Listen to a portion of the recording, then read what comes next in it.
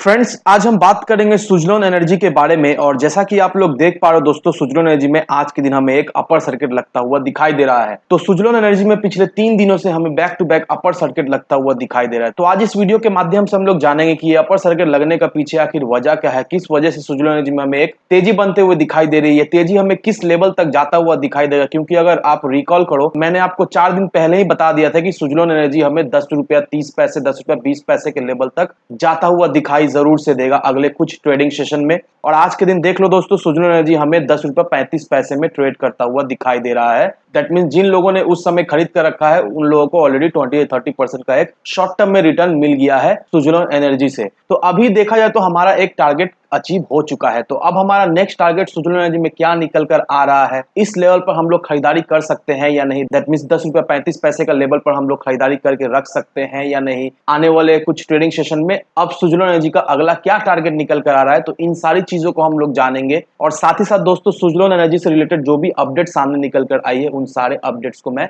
Cover करूंगा इस video के माध्यम से। तो वीडियो को स्किप ना कर पूरा देखो ताकि आप चीजों को सही से समझ पाओ और अपनी एक खुद की इन्वेस्टमेंट डिसीजन ले पाओ। लेकिन दोस्तों, मेरी आपसे एक ही रिक्वेस्ट रहेगी कि चैनल को सब्सक्राइब और वीडियो को जरूर से लाइक कर देना ताकि आपको इस तरह की अपडेट्स रेगुलर बेसिस पर मिलती रहे। तो चलिए फ्रेंड्स, वीडियो को स्टार्ट करते हैं। तो सबसे पहले अगर इसके आज के कारोबार पर नजर डालें तो स्टॉक जो है ओपन हुआ ₹10.35 में, हाई और लो इसका ₹10.35 का ही रहा। और आप देख पा रहे हो दोस्तों, इसमें हमें एक अपर सर्किट भी लगता हुआ दिखाई दे रहा है। वहीं अगर पिछले 5 दिनों के परफॉर्मेंस को देखेंगे दोस्तों, तो ये स्टॉक हमें फ्लैट जाता हुआ दिखाई दे रहा था, एक ही प्राइस रेंज में ट्रेड करता हुआ दिखाई दे रहा था। लेकिन उसके बाद से इसमें हमें एक बाइंग प्रेशर बनते हुए दिखाई दी और उसके बाद आप देख ही पा रहे दोस्तों, सुजलोन एनर्जी हमें back to back upper circuit लगता हुआ दिखाई दे रहा है। तो अब हमारा मन में ये सवाल है कि अभी इस लेवल पे हमें सुजलोन एनर्जी में इन्वेस्ट करके रखना सही होगा या नहीं, या फिर अभी इसे अवॉइड करें। क्या चांसेस है, सुजलोन एनर्जी ऑलरेडी ₹10.35 तक भाग चुका है, तो अभी अगले कुछ ट्रेडिंग सेशन में क्या हमें सुजलोन एनर्जी में कुछ गिरावट दिखाई दे सकती है या नहीं, तो इसे भी हम लोग जानेंगे इस वीडियो में। लेकिन सबसे पहले दोस्तों, एनएससी के वेबसाइट पर चलते हैं और यहाँ पर आप देख पा रहे हो दोस्तों, जो टोटल वॉल्यूम आज के दिन ट्रेड हुई है वो है 65,77,893 की। और जो टोटल क्वांटिटी जो डिलीवरी बेसिस में उठा ली गई है वो है 60,56,318 की। और जो डिलीवरी परसेंटेज आपको दिखाई दे रहा है दोस्तों, वो 100% का डिलीवरी परसेंटेज हमें दिखाई दे रहा है। और वहीं अगर आप इस बॉक्स को देखोगे दोस्तों, इस बॉक्स को देखकर आप क्लियरली समझ पाओगे कि सुजलोन एनर्जी का ये जो तेजी है वो अभी फिलहाल थमने वाला है नहीं। आने वाले कुछ ट्रेडिंग सेशन में हमें ऐसे ही सुजलोन एनर्जी में अपर सर्किट लगता हुआ दिखाई जरूर से देगी। क्योंकि यहाँ पर देखो दोस्तों, जो बाई क्वांटिटी जो लगा पड़ा हुआ है वो है 5,12,27,240 क्वांटिटी की। और जैसा कि सुजलोन एनर्जी में हमें एक अपर सर्किट लगता हुआ दिखाई दिया है, इस वजह से ये जो सारे ऑर्डर है वो एग्जीक्यूट नहीं हो पा रहे, क्योंकि सुजलोन एनर्जी का जो आज का जो सर्किट लिमिट है वो ऑलरेडी लॉक हो चुका है। और लॉक होने के वजह से ये सारे ऑर्डर एग्जीक्यूट नहीं हो पा रहे और लोग ऑर्डर पे ऑर्डर लगाए जा रहे हैं। और इसका जो सबूत आपके सामने है, तो आप देख लो दोस्तों, कितना ज्यादा क्वांटिटी जो है वो अभी बाई ऑर्डर पे लगा हुआ है। अपर सर्किट लगने के वजह से ये सारे ऑर्डर एग्जीक्यूट होते हुए हमें नहीं दिखाई दे रही है। वहीं अगर इसके आप वॉल्यूम और डिलीवरी परसेंटेज को देखोगे दोस्तों, तो कल के दिन जो वॉल्यूम हुआ था 3 करोड़ का, और जो डिलीवरी परसेंटेज आपको दिखाई दे रहा था वो 76% का दिखाई दे रहा था। और वहीं अगर आज के वॉल्यूम को कंपेयर करें तो आज का वॉल्यूम सिर्फ 1 करोड़ का है। क्योंकि आज के दिन दोस्तों मार्केट ओपन होने के साथ साथ सुजलोन एनर्जी हमें सर्किट में लॉक होता हुआ दिखाई दिया, इस वजह से वॉल्यूम में कोई भी हमें तेजी बनते हुए नहीं दिखाई दी। तो इसी वजह से आज के दिन का वॉल्यूम हमें कम दिखाई दे रहा है, 1 करोड़ का दिखाई दे रहा है। लेकिन अच्छी बात यह हमें दिखाई दे रही है, 100% का इसका आज का डिलीवरी परसेंटेज हमें दिखाई दे रहा है।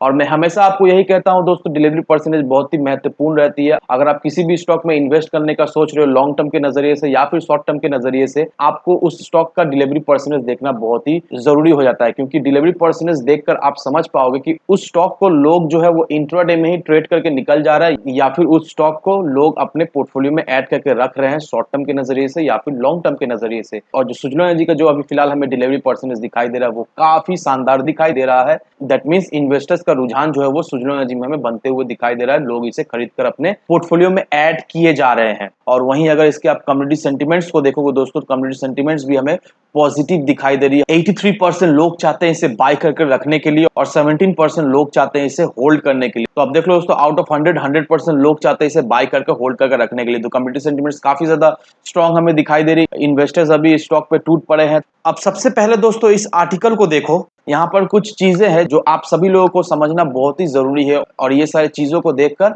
आपको सुजलोन एनर्जी में इन्वेस्टमेंट डिसीजन लेने में आपको बहुत ही मदद मिलेगा। अब यहाँ पर क्या मेंशन किया हुआ है दोस्तों, India set to miss Modi ambitious to 2022 renewable energy गोल।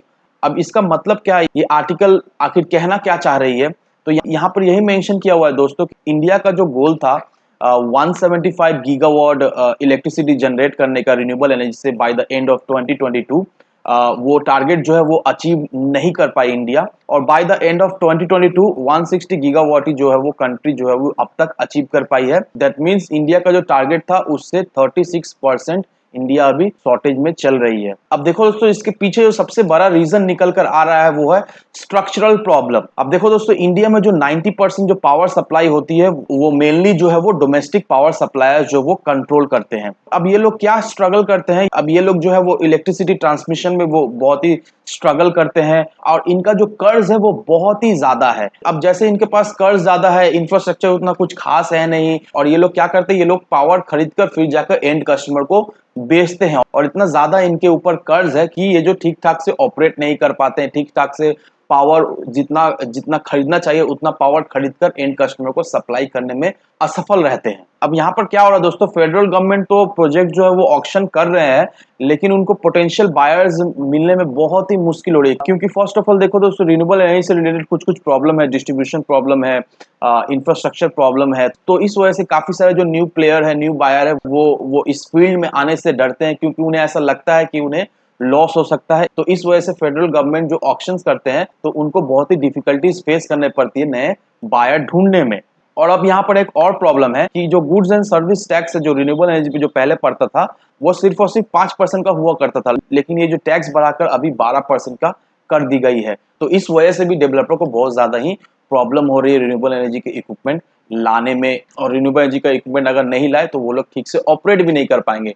तो ये भी देखा जाए तो ये सरकार का जो विजन है ये भी एक रीजन है, वो विजन अभी तक फुलफिल नहीं हो पाई 2022 का। दैट मींस 175 गीगावाट्स का जो पावर जनरेट करने का वो फुलफिल नहीं हो पाए। तो ये सारे रीजन है दोस्तों, ये सारे रीजन के वजह से जो हमारे गवर्नमेंट का जो विजन था 2022 तक 175 गीगावाट्स का एनर्जी जनरेट करने का रिन्यूएबल एनर्जी से, वो टारगेट नहीं अचीव हो पाया, और सिर्फ 160 गीगावाट का ही एनर्जी वो अब तक जनरेट कर पाए हैं 2022 तक। तो ये देखा जाए तो गुड न्यूज नहीं है। तो अब आप लोग ये सोच रहे हो कि ये जो आर्टिकल मैंने आपको दिखाया है तो दूर दूर तक ये कुछ भी अच्छा न्यूज नहीं है रिन्यूएबल एनर्जी को लेकर। आप बिल्कुल ही ठीक सोच रहे हो दोस्तों, लेकिन एक कहावत है कि Rome was not built in a day.